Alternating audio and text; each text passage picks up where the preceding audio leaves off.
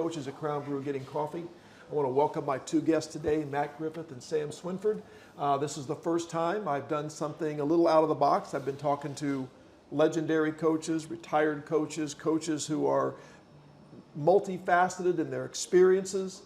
Today I turned the tables a bit and I'm going with two young coaches and they're doing a great job, and I thought we need to start looking at the future of coaching, not just the past, and I'm excited to have both of you here. Thanks for being here and thanks for saying yes to this. Thanks for having us. Awesome. Absolutely, definitely. So I've got a basketball coach at it's SIC, which is Southern Illinois College. Is that Southeastern Illinois Southeastern College. Illinois College, and Matt is the head football coach at Harrisburg High School, and they're both born and raised in Marion. Just found out before we went on air that they were actually neighbors at one time, or pretty close neighbors. That's a cool thing. I didn't know that, but I know that the people in this town are proud of what you're achieving and what you're doing, and the way you've taken the jobs you've taken on, and you're building winning programs, and you both have a cool and unique story of how you're doing that.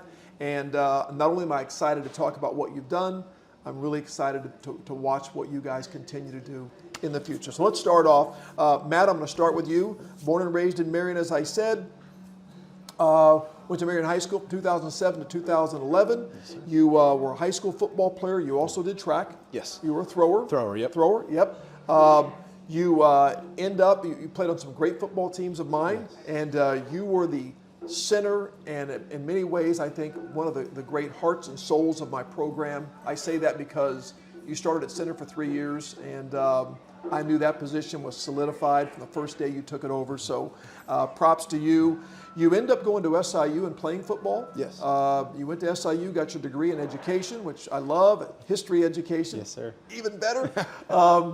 You played at SIU, and you end up getting scholarshiped. Yes. Yeah. Kind of through that long process road of, preferred walk-on, making your way through that, and that part there is kind of a huge part of kind of where I am today. It was a really cool, harsh learning experience. Yeah. You go from kind of the accolades you just said, but then you go there and you're small fish in a big old pond, and and you're trying to figure it all out. And I've told this story before, but I remember Dale Lennon calls me in after freshman year, and he's like, "Hey," in his North Dakota accent, and just "Hey, you're a great kid. Don't know if you can do this though." And wow, he said that? And he did. He goes, "Again, I don't mean this wrong, but and that honest conversation of like, oh man, I'm at a crossroads of that, and maybe I'm a little more smart aleck than I should be." I remember looking him in the eyes and going, "Hey, coach, respectfully, I'm going to try to prove you wrong." Great answer. And so we did that, and like I said, I busted my back just to remain on that team. You're going up against guys that are all conference, All-American guys that are, some of them that I played with are still in the league playing the NFL today, and I got to be part of something like that, and you making your way through that. Since I was preferred walking, I had to work, so I had a job, so I'd get done practice, school, I'd go clean toilets on the side to make some money, and like I said, it was a huge getting away from Marion on my own and going, oh man, if you really want this. What made you stay with it after that? Did that comment motivate you? Absolutely. I blame family for that. My sister, Nicole, my older sister, she's super hard-headed. She's tough. She is so tough. She's tough. Yep, she went in the military police. She was the gunner there. She was awesome, but I think I get it from her. Of that just, I'm maybe too foolish, too dumb to quit, or just to be like, I'm going to prove you wrong. You say I can't do it, I'm going to try to do it. And so it was one of those. I love that though, and I love the fact. I was watching the New England Patriots documentary called Dynasty, and a skinny nobody quarterback drafted in the 6th round sees Robert Kraft, and they bump into each other, and he says to Robert Kraft, "I'm the best 6th round decision you ever made." Right. Like he's a nobody. Right. But to tell the owner, but it motivated him to be picked in the 6th round, to be forgotten by everybody else, and it motivated you. Yeah, absolutely, and definitely had the eyes wide open of I know what my role in this team is, but I want to be on this team. I want to be part of this. I want to do this on my terms. I've always been that one of, if I'm done with something, my terms. I want to do it. If I'm called to do something, if God's calling me somewhere else or it's my time, but definitely wasn't that wasn't a Tom Brady story by any stretch of the imagination. But it was just that, hey, coach, I'm going to prove you wrong, and I want to be on this team. No, that's great. And then you end up at Harrisburg, and you were an assistant coach there. We'll get into that a little bit later, but assistant coach there, and then you end up being the head football coach there in the fall of 2021. Yes. And got a great family. Your wife Nicole. I didn't know you were high school sweethearts. sweethearts? No, we weren't. We were college sweethearts. College sweethearts. Yes. And then you've got 2 kids, Anna and Raylan, and you've got one on the way in October. Yes, Congratulations October. on that. Thank you. And again, what a cool story. I want to just mention this too. 2021 5-4 record, 2022 5-4 record, and then this past season you went 8-4, made the quarterfinals, and in a heartbreaking. Yes. This close to the semifinals, and but I watched you play a couple times last year, and I was real proud of what you put on the field and what I saw from your team and your staff. What a great tribute to you. You've got things rolling, man. Well, I appreciate it. Awesome. And I had a lot of good mentors that helped me along the way, like yourself included, yeah, well, Coach. thanks. That always helps, and I know you got things going. Sam, let's talk about you. 2017 Marion High School graduate. You played for Shane Hawkins and you played for Dave Brown. I did. And we talked about this before we went on the air. You tore your ACL before your senior season. Yeah. And that was heartbreaking for me, having you as a student and knowing that you were projected as a starter on that team and new coach and a lot of excitement. And then I find out you hurt your knee. Yeah, it was definitely to this day one of the most difficult things I went through, and didn't play much at all as a freshman, sophomore, junior. Just came along kind of strong that summer leading into my senior year. Was feeling good. There was the coaching change, so I knew I would be able to take things I had learned from Coach Hawkins and apply them to Coach Brown, who had taken over, and we're playing June ball, kind of summertime scrimmage stuff, and we were playing at Murfreesboro on a Saturday morning, and maybe stayed up too late the night before, being a teenager and doing this and doing that, and showed up Saturday morning and was playing and feeling good and scoring and felt like I was playing well, and then drove to the basket, felt my knee pop, fell, and kind of knew right away it was probably serious. You knew it. Well, you don't know when you're 17 that it's ACL, but that doesn't feel right. So I was there, and I think we played it at 10 and 12 that day with a gap in between, and I got hurt in the 10 o'clock game, and by noon I was like, okay, I'm gonna play. I'm back. Oh. And Coach Brown said, "Whoa, we better not. It's it's summertime." And then saw doctors and specialists and things in the coming weeks, and found out ACL it was. Heartbreaking. Now, did you fear that was your last chance to play ball, or did you think with this like Matt's situation, did that motivate you to say, "I'm not done"?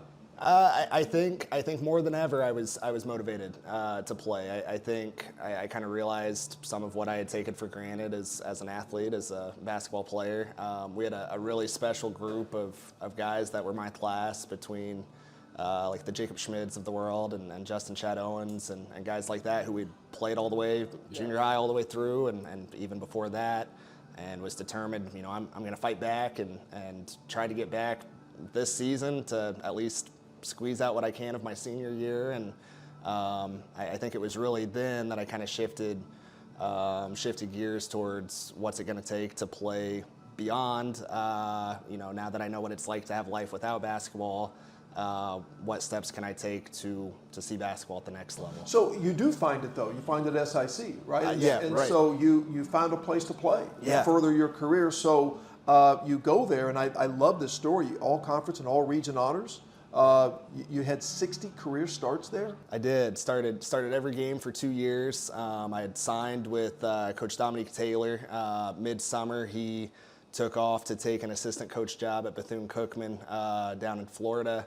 And so Mark Motzinger stepped in. He's been around forever and ever, and was a long-time high school coach who had coached at SIC previously. Steps back into the role, and so we had a fresh roster, new coach, and stepped in and was able to start 60 games in 2 years. Awesome. And then you go to Fontbonne? I did. Right after SIC, graduated with my associates in May, and then moved to St. Louis and went to Fontbonne starting in August. And then you get hired as SIC's coach in May of 2021. I did. So you're both 2021 head coaching hires. That's right. I guess both boots on the ground in Saline County. In 2021. That's great. So real quick, as we conclude your bio part,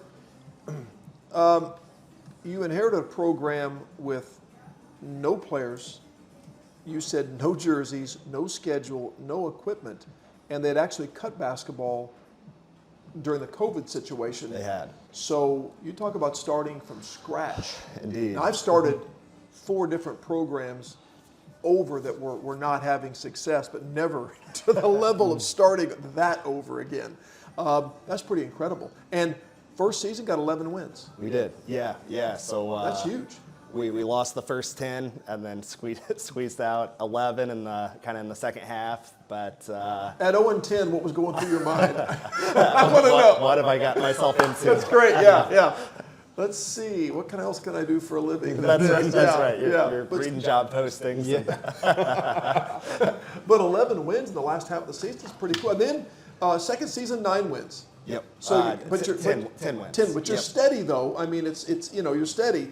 And then comes third year, this year, 17 wins. First winning season since 2010 and the first postseason bid since 2010. Yeah.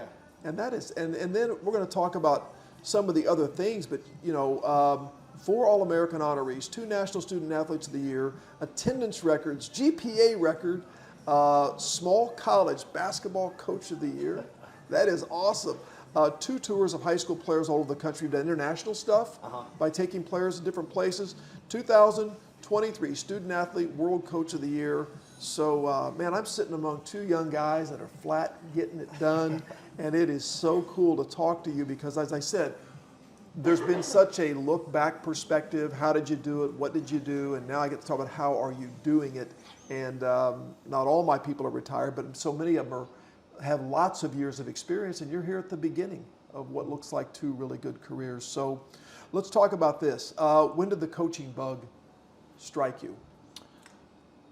I knew going into college I wanted to be a teacher because I really wanted to be part of coaching, and be entered into that. I knew kind of earlier on in high school maybe felt a little bit of a ministry call, but then also felt, man, okay, I can go one of these 2 ways, teaching or this, and kind of dabbling in that, and got into the education program at SIU. And was like, I know where I'm going. God's got me calling here. I got into it, enjoyed it, and that's kind of where it got into. It was thought I wanted to be a teacher. Figured out, I know it's not going to be math. I know it's not going to be science. You can ask my parents those grade cards coming home. Yeah, I know. And so it was like, man, I think this is where I want to go with it. And then getting into the history program, and it really just kind of took that for teaching's going to be awesome. And I still get to coach as well.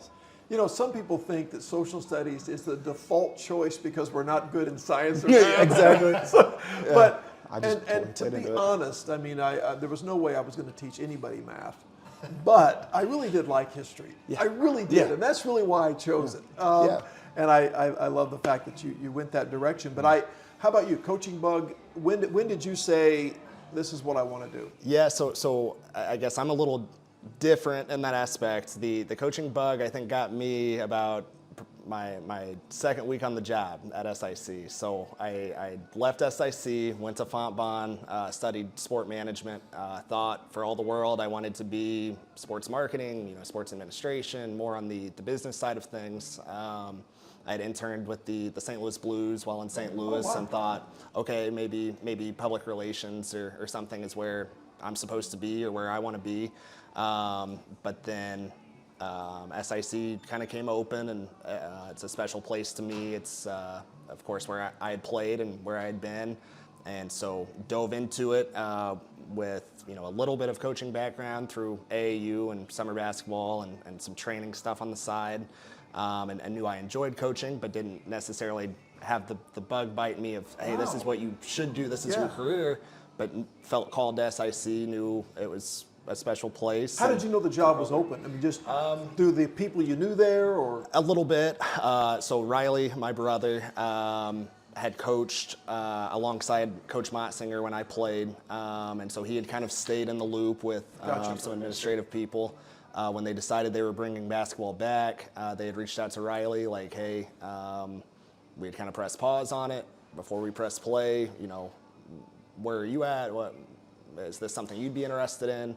And Riley is married with his business, and it's kind of like, I don't know if I want to take that on, but I'll tell you who might, Sam. And kind of ran towards SIC, got into it pretty quickly, and then the bug kind of bit me in the process. Yeah, very cool. It's neat. It's so cool when you have that moment, whether you're preparing to be a teacher and you realize, how did I not know this? Like, because that's the experience I had. It wasn't until I was probably 19 or 20 that I can't believe I didn't know I was going to be a coach because of how much I loved sports and how I admired coaches. I mean, I used to pick my favorite teams based on the coaches. Who does that when they're a kid? Like, I like the Dolphins because I like Don Shula more than any player. Why? What kid does that? That's just weird. Right. And so I felt like, how did I not know that? And maybe the scales fell from my eyes and it was revealed to me. But I love the fact that you have that epiphany, that moment where you go, this is what I'm supposed to do. Yeah, it's a cool feeling.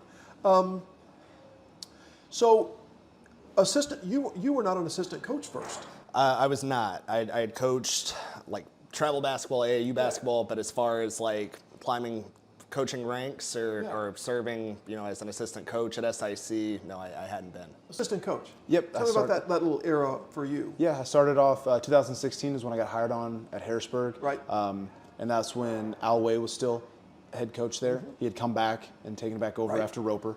And then so I kind of jumped in at the freshman level and kind of got my feet wet there and did that for 1 year, and then was fortunate enough to come up to the varsity level and do offense and defensive line and kind of where my wheelhouse is.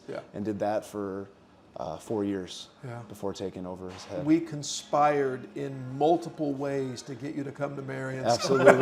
Yep. And I remember having that phone call with you. I tried. I told people I gave him my best sales job, and he said no. He said no. But I respected it, and I knew where your heart was, and you're right where you need to be. But it still hurt my feelings. I did, yeah.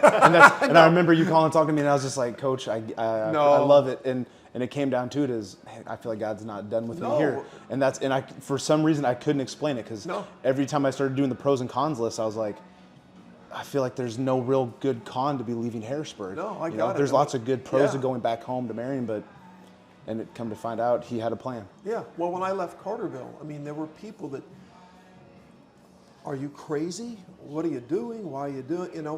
But I couldn't explain it because I felt like I was being led that way, and it was a faith-based thing for me, and I don't expect people who aren't in that realm to understand that. But it wasn't about pros and cons. It was just I tried to close that door and it kept So I know I understand what you're saying. Yeah.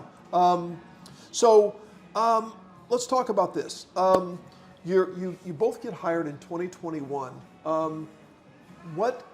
What strategies did you know immediately you wanted to employ? The program was not having typical Harrisburg success. What did you feel like you had to address first? And that'll be a question for both of you. Yeah, I felt coming in there, the X's and O's, you can kind of talk to anybody at any sport. There's no one perfect way. Like, you can run this offense, great, it'll work. So will this one, Yeah. And so knew going in there that we had put into place this wing T style of offense. And I was like, that's probably going to work. Learn it, run with it, it'll evolve. I knew that wasn't the key. I knew my biggest task was going to be try to set up the culture that I wanted. And that culture was going to be based in this idea of like, we need to be a family. We have to bring guys together. Yeah. I know when I was fortunate to play for you at Marion, it was, you're playing football, right? Or for a lot of kids, it was this idea of we want to be part of that. That is something it draws kids there. And I felt like Harrisburg had it, and it needed to be revived. Yeah. That it needed to be part of that, and I was part of that struggle of trying to get that during as an assistant coach there. It was I was part of that coaching staff, and something just wasn't there about it. Yeah. And so I knew taking over that, hey, this has got to be the front leader of, we got to figure out what our character, what our culture, what we're going to do as a family and bring that together. That's great. And I love the fact that you addressed that first and foremost as a priority, because if you don't have that, the rest of it it doesn't matter. It doesn't really You can have matter, the best offensive scheme, but if your kids aren't playing hard and aren't invested in each other and having ownership, you're in trouble. But I love that fact that you addressed that early on. And you're right. Just because you want that doesn't mean it's just going to happen. Because sometimes it takes the right group of kids.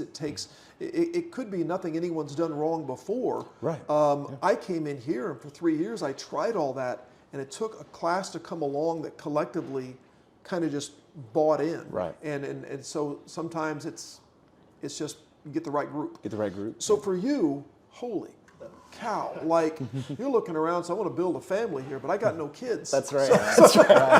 So it becomes recruiting the right kid. Right. And then not only once you get them there, now you gotta build something. How did you do it? Yeah, you used the word ownership, and I think that's something we tried to promote super early.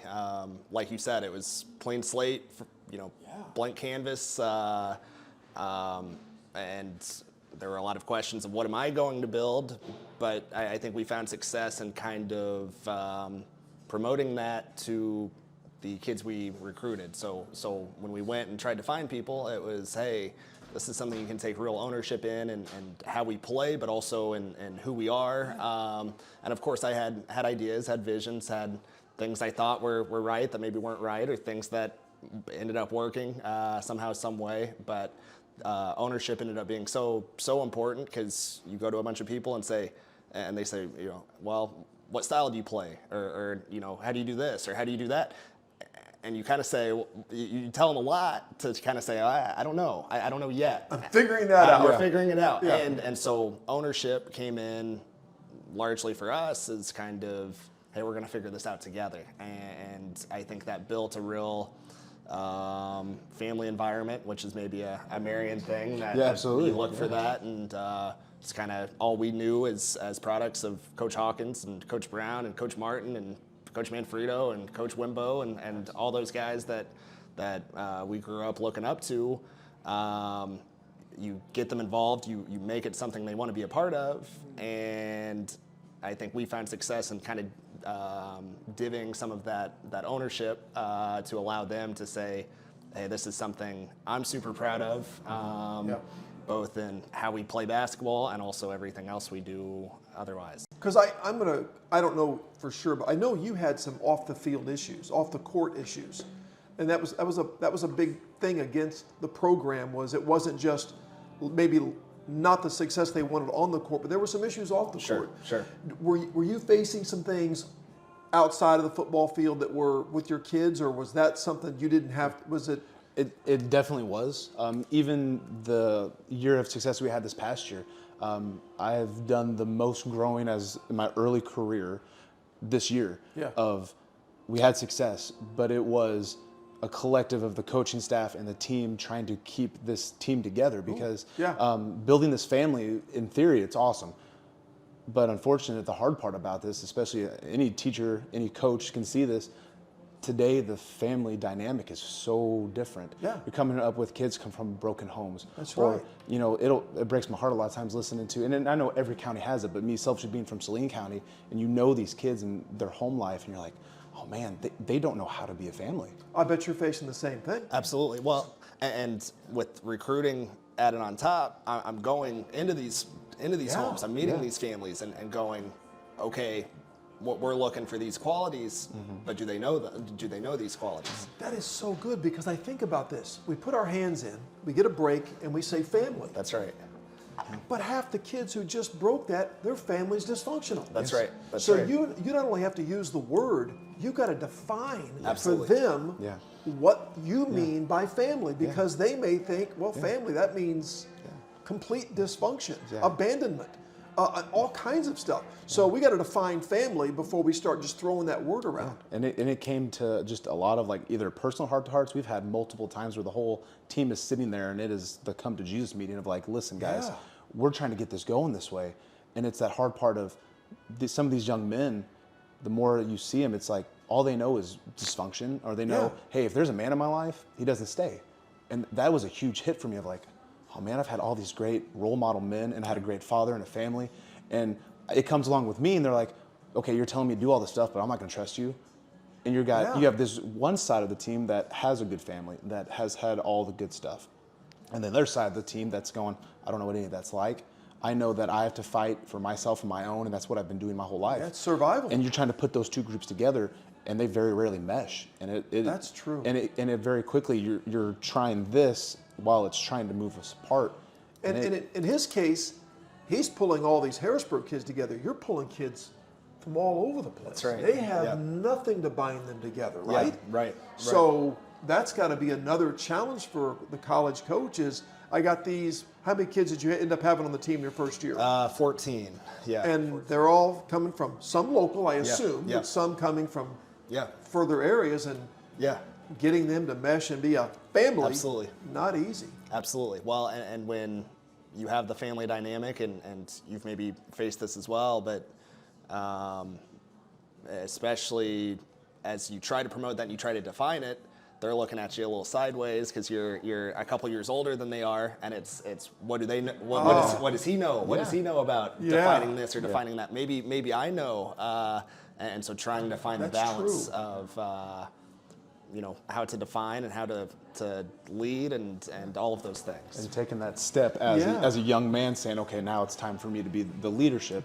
Not here to be their friend. Absolutely. Not here to be the fun coach or the one that's trying to set a precedent. Absolutely. Lead by family, be the father figure that didn't have. And then the hard part is even harder for you. Like, we get them for 4 years, you get them for a couple years. And it's like, at yours is like, man, they're 18, 19. Yep. They've had 18 or 19 years of this is what a family looks like in my life. Yeah. Now he's telling me in 2 years is what we're changing. For us, we get him at 14, 15, get him for a couple of years, and it's like, I know you've been through all this, but trust us and try this. And then it's, can they make it? And it was very difficult to say the least. And that's why I want to pay tribute to both of you, because you don't have the resume.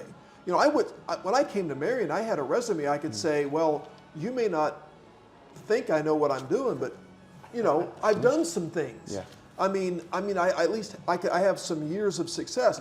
You both came in and said, we want to see well, let's don't talk about my resume. I haven't done it yet. And now you have, though, which is the beauty of it. But getting that foot in the door and having that early success, so you've got that resume, but you both did it without having that. You kind of started from scratch in a way and built something now, and now you can start adding to it. Now you develop that credibility with your kids, and at least you can fall back on that. This may be I hope you understand the question, but can you give me a couple, and we'll start with you. Sure. Non-negotiables. And what I mean by that, I was asked this talking about a podcast I was on. I was asked, what are your non-negotiables as a coach? Things that I can give and take a little bit here and there. This I can't. What's a non-negotiable for you? I think for us, the biggest one, and again, we have the luxury of recruiting, as hard as recruiting can be, but we don't budge on character. And that doesn't necessarily mean, that they are perfect in character, that they are a finished product, but the willingness to work towards great character, I suppose. So that's a great answer. That's kind of a non-negotiable in all three of my first teams of, you don't have to come polished and finished and done, but you have to be willing to work towards it. Yeah. And we're all still a work in progress. Amen. And I think they need to know you feel like I'm not done either. Yeah, I'm still trying. absolutely. Yeah. How about you? Non-negotiable. Others first. That's kind of been the one that has been resonating for the past couple years. The first couple years were guys that have been around a long time. And then, again, this class. I love this class to death. I've told them this, but they were the trying class, this senior class coming out of Harrisburg. And they knew it, and they came together and did what they needed to do to be successful. But again, it was that put someone else first. They've never had that in their life. So that was that kind of shifting gears of like today, once that season was going through, it was like, this is where the program's going from here on out is others first. All right, what can I do to set you apart? Yeah. It's not about my stat. Did I score a touchdown? Did I do this? What did I do to help my brother get to what he needed to do? And that doesn't just stop at practice ending. We've implemented a lot of stuff in our culture of what we do before the season, after the season, and during it to help build some of that stuff up. Yeah, you just can't give it lip service. You've got to give them opportunities to put others first. Absolutely. You can't just use the word family, as we said. You just can't use the word leadership. I tried that as a young coach. I would tell them, you got to be a leader. And I wasn't defining clearly what I meant by that. So I had a senior who thought leadership was just yelling at other people. And I'm like, time out. Okay, come here. That's not what I meant, And like I said, what you should do is give them an example, a role model, and an encouragement. But again, I didn't define it. It was my fault. So when someone looks at your basketball program, what do you hope they take by watching your team? What is it you'd like for someone to say, I went and saw them play, and this is what I saw? Yeah, I think the love for one another is something we strive for all the time. Kind of the ability to show your care and your willingness to put others first, but also to just move in love in what we do, and also defining that from within as far as when we coach you hard, we're coaching you hard with love, and when we play this way, it's with love. I think that's an unusual thing for people to go to a basketball game and leave and say, man, those guys just seem like they loved each other. But it's something we try to promote in everything we do, and kind of the impression we try to leave people with when they see us playing a home game, when they see us traveling on the road, when they come into a practice, when they see our guys in the classroom or in the hallways, is just that's who they are. Awesome. Yeah. Probably be this kind of never quit mentality. So much of like this idea, I always use it, they probably get sick of me, I do, there's three. There's three types of men, there's three types of teams, there's three types of players. It doesn't matter what sport, no matter what you do in your life. There's losers, there's winners, and there's champions. There's bad men, there's good men, and there's great men, right? Losers talk about it, winners be about it, champions have been about it, and going back for more. So this never satisfied. So when they're out there doing their craft, whether it's on the field, in the classroom, it's kind of that like, what is their legacy going to be afterwards, And so that's what I kind of tell them is, hey, you're here now. Be a high schooler, enjoy it. Yeah. Football, school, do all this. Never quit. Don't sacrifice what you want now for something later, Don't just talk about what you want to do. Be about it. Once you've been about it and doing it, go. What are you setting yourself to do apart from somebody else, right? We kind of use that as kind of what I always tell them is like after every practice, I just kind of go like this, and they all go, "We got you, coach. Gotcha. What do you want to be?" Yeah. That kind of a harsh thing, and maybe in today's generation, like a loser. Yeah. Unfortunately, that we can have that tough conversation. There's men out there. Don't be a loser. You're going to be a father. You're going to be a husband. You're going to be a man that's supposed to be an example.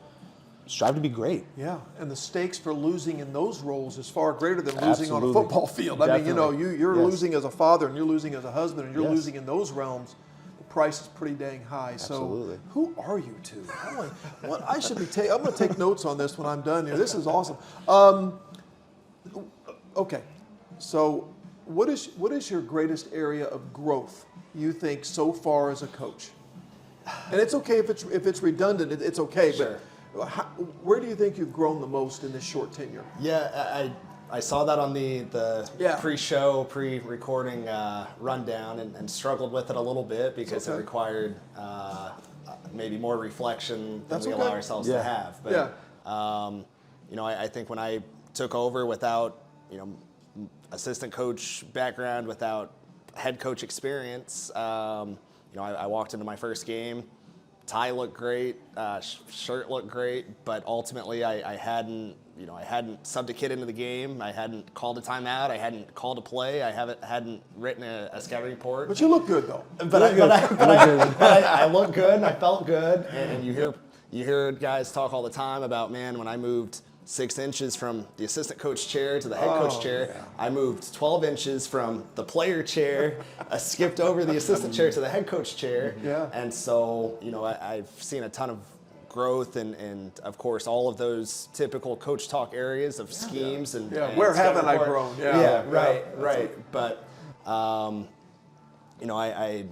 think growth-wise, I've became more aware of and fallen in love more with kind of the process that goes into winning games, or seeing our young guys succeed, or seeing the growth in them, just falling in love with the day-by-day stuff that gets us to those places. Coach Dion says you got to fall in love with the process. Amen. Yeah, that's right. Because if it's all about falling in love with winning, that may be a harsh reality, but fall in love with the process and you can last a long time. It was hard to fall in love in that 0-10 stretch.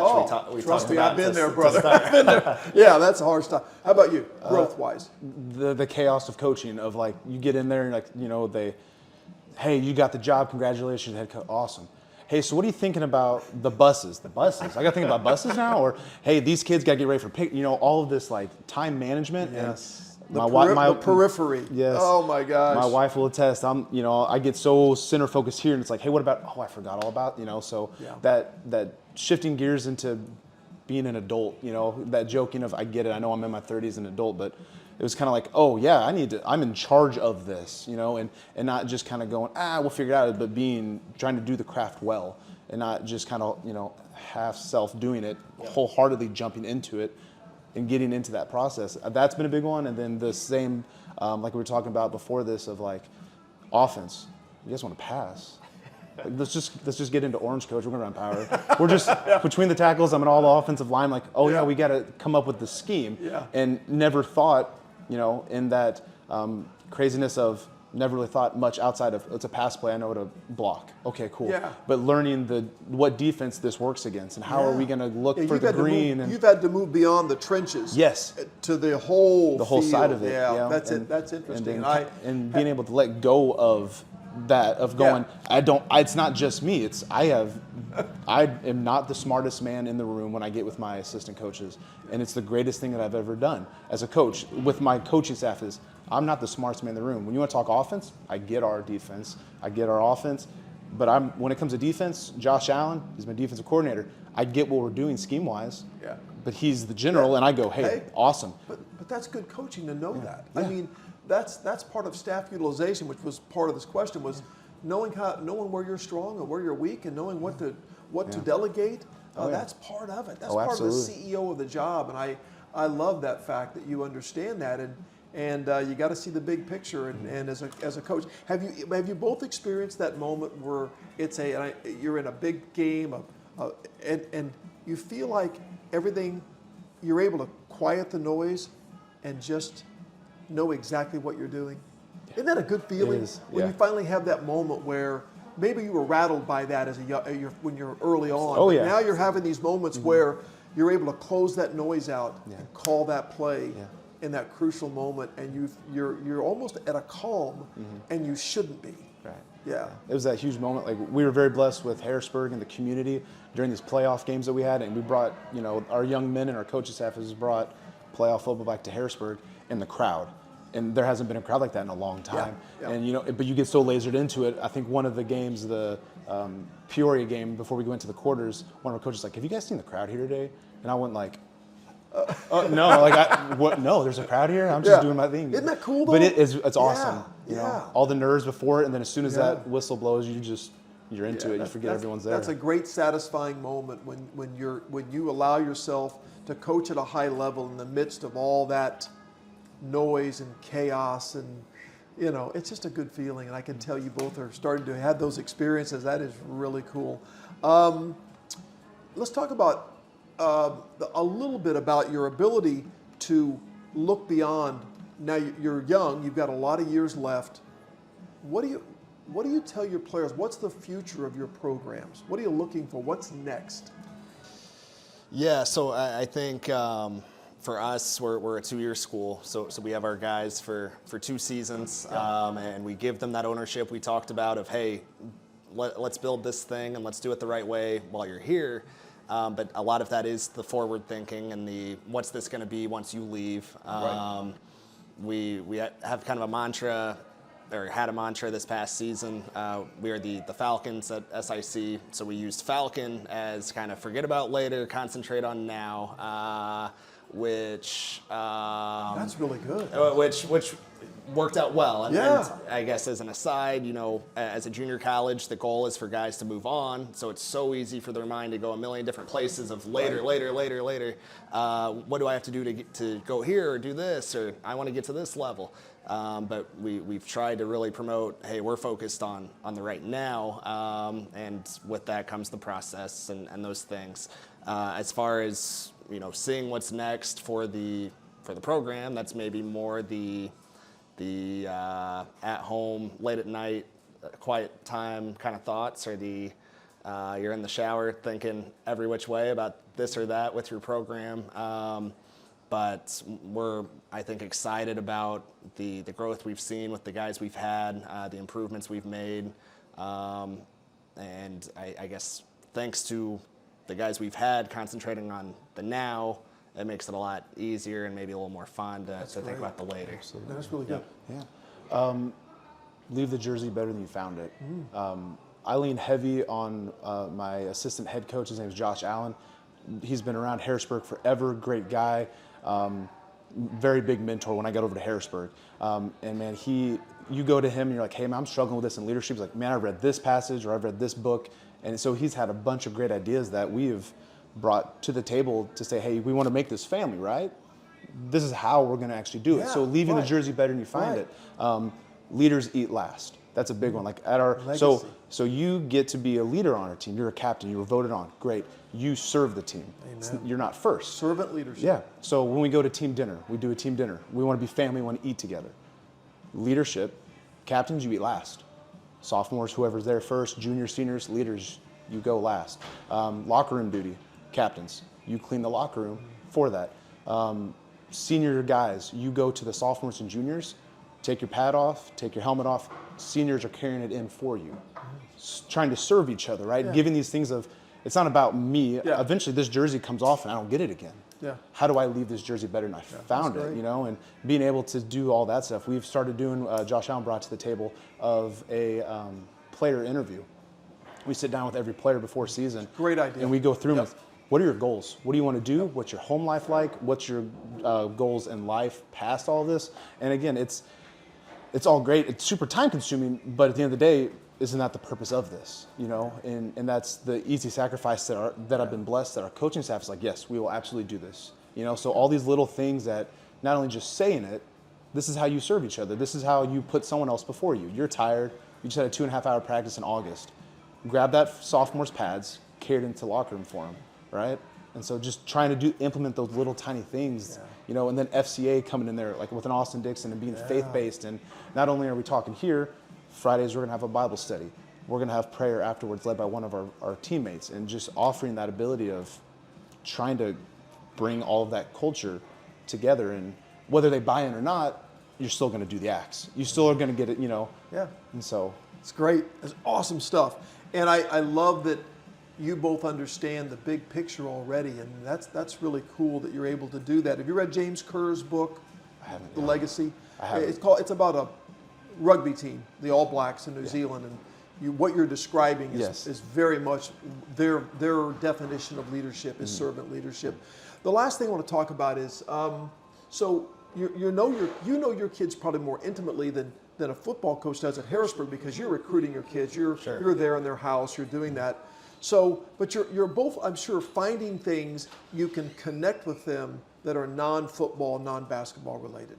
And that's huge, right? It is. Yeah. So it may be something about their family, or when you interview, I would find a kid that's playing in a praise band, and I'm like, okay, I got a connection.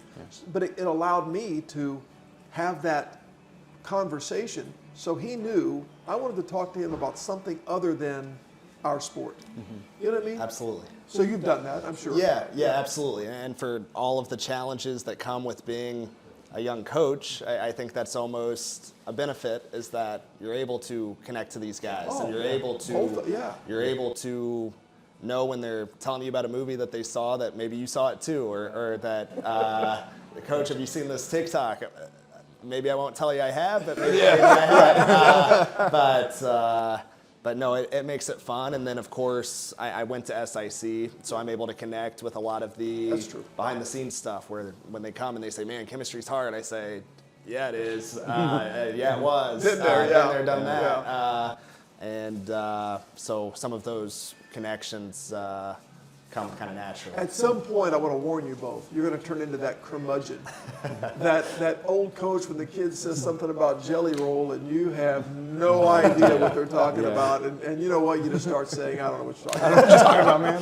Yeah, but absolutely. it's cool when you're the young coach, especially because you can have that relationship in a way that the older coach can't. And what I found was, during that transition I had from being the young, cool guy that connected with what the social media, I had coaches that could do it.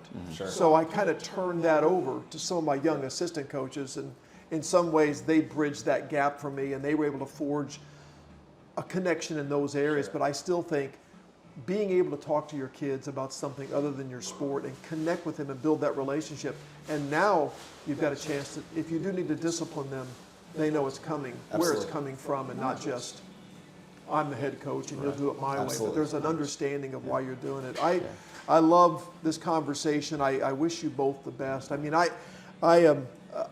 told Bill Swinford before we went on the air that I sat down to do this, and I thought they would be good. I didn't know it would be literally 20 for 20. I was afraid we might be 75% of the coaches I talked to would be great. It's been a perfect record on how good they've been. Now, I've been a little off, but the coaches have been amazing, and I continue to learn, and I'm just proud of our profession.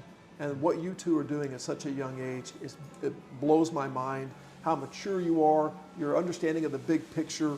I'm proud of you both as a teacher of yours, as a Marion resident, and to watch what you two are doing. Man, congratulations to both of you, and thank you for being here. It's been an honor and a pleasure to talk to you, and I look forward to following all the good things that are going to come your way. Yeah, thank you so much. Thanks, Coach. Appreciate you. Hey, I want to thank Crown Brew. I want to thank Swinford Media. I want to thank my buddies at Adrenaline Fundraising. They continue to do an amazing job in the tri-state area of helping people raise money for their programs. And as I said, if you need conversation and coffee in Midtown Marion, Crown Brew is the place to make it happen. And Swinford Media with Abby and Ross here today, they just make this all look fantastic. And I've had two great young coaches today that make me proud of this profession and excited about the future of what they're going to do and what they're doing in the lives of our young people. So thanks again. Look forward to seeing you next week.